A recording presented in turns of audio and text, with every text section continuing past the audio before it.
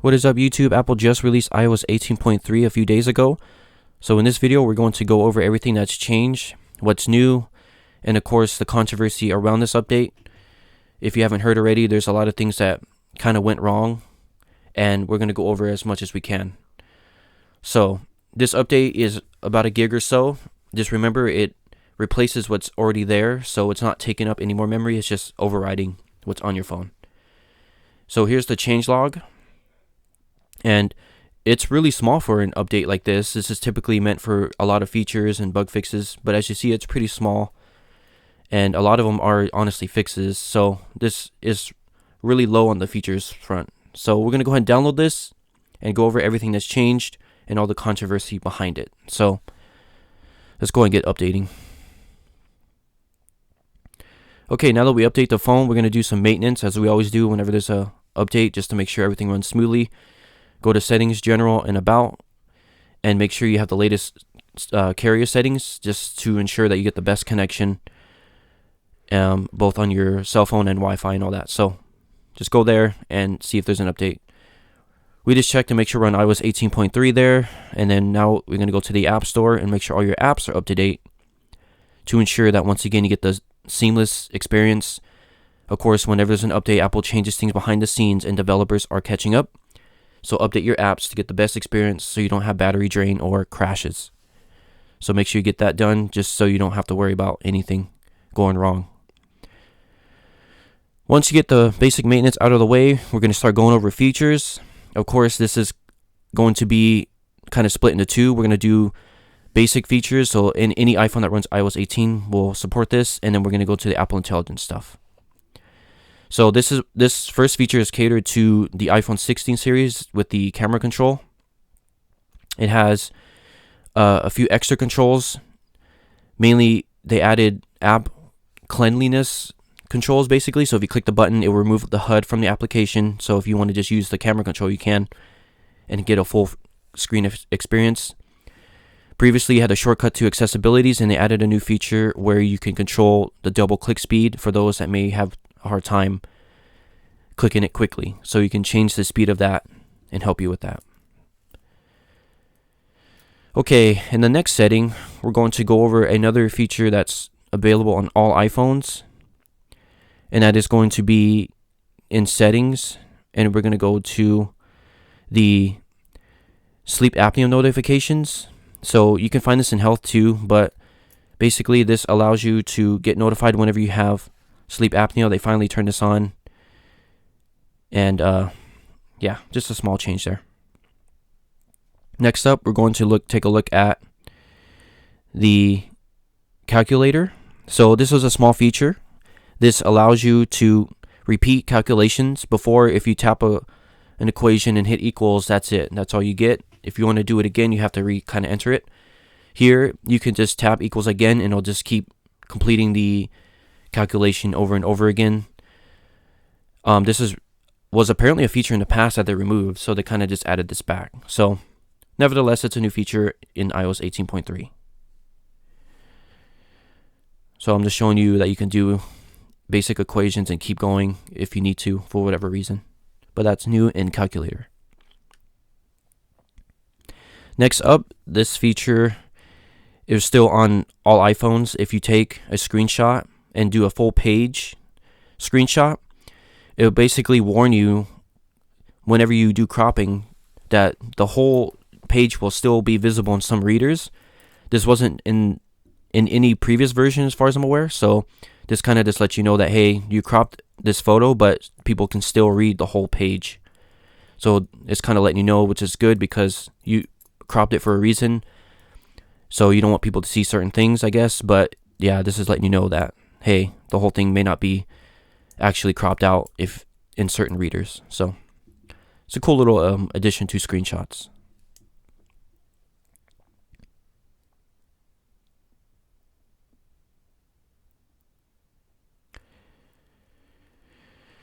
Okay, next up, we're going to start getting into the AI stuff, because that's everything for the base iPhones.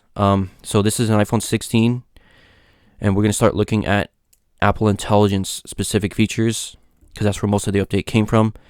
So the big controversy now is Apple Intelligence is on by default now. Whether you opt in it or not in the past, it is on by default. So when you update to this version, you'll be opt-in and all the AI features will be available. So that's one of the controversy things that Apple has done with this update, and a lot of people aren't happy about it.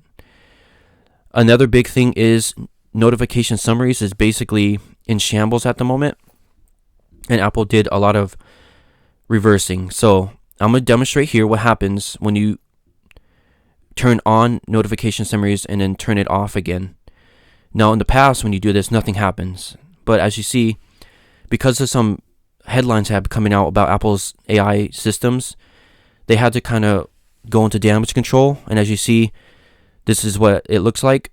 So they're basically acknowledging that some major errors have occurred in notification summaries, and that they're just kind of letting you know that, hey, we are no longer confident in that, when we're letting you know that there's a lot of errors and a lot of inaccuracies, to the point where they even disabled notifications on certain outlets like news, YouTube, and Reddit and all that. So this is the big controversy. It kind of went backwards, and we'll see how long it takes them to fix it, and we don't know when this stuff will become available. But if you notice here, a lot of the apps are no longer available for summaries because of this controversy. So we kind of went backwards in this sense. But nevertheless, when you update, this is what happens when you mess with notification summaries. When you do get summaries working, you will notice that the summaries are now italicized, so it's easier to distinguish between regular notifications. But you can see when you look at the summaries, they are slightly italicized to make it easier to read in your notification center. So that's a new addition as well to Apple Intelligence. Next up is an option to disable notification summaries from the lock screen. If for whatever reason you don't want to use it anymore, you can just swipe on that notification and turn it off. As you see here, it's not on for me, so that notification didn't pop up, but that's also a feature they added. Next up is visual intelligence. They added a few new things to this. They mainly added support for animal and plant live updates. So if you point at different things, it'll update it live, tell you what it is. I'm just kind of going over the general UI of visual intelligence. But as you can see, this is the new feature here. When you point at a flyer, basically any flyer that has dates and times, it will automatically add it to your calendar if you wanted to. So I'm pointing at a potential event here, and as you see, you click the add event to your calendar at the top, and it will create a calendar event. It'll have the original photo of the flyer, so you can reference it if you need to. And yeah, you can now create calendar events directly from Visual Intelligence on an iPhone 16 or 16 Pro. So, cool little feature here. Makes this feature really worth it. Okay, so that's pretty much everything. So now these are all bug fixes. So this bug here is when you play a song in Apple Music and you close the app, the song will continue to play and won't stop playing until the song ends. So that's an annoying bug that was fixed. The next one is type to Siri. The keyboard would disappear sometimes when you activate this. As you see here, sometimes that keyboard will disappear. So there's a few other bugs too that are minor but rather annoying, and they fixed most of them. So a typical in an update, just fixing a lot of bugs and annoying features that were not working properly. So that is basically everything that I can find in iOS 18.3. This update is a lot of backtracking, to be honest, so it's not really important in that sense for features, but it is really, really important for security. There's a ton of vulnerabilities that were patched, a ton of bugs that were fixed, so I just highly recommend updating to it and getting all that fixed. I hope this helped you, and if it did, please leave a like, comment, and subscribe, and I'll do my best to answer any questions you have, but definitely update to get all the bugs and vulnerabilities patched, because you want that. So I hope this helped you, and I'll catch you in the next one. Peace.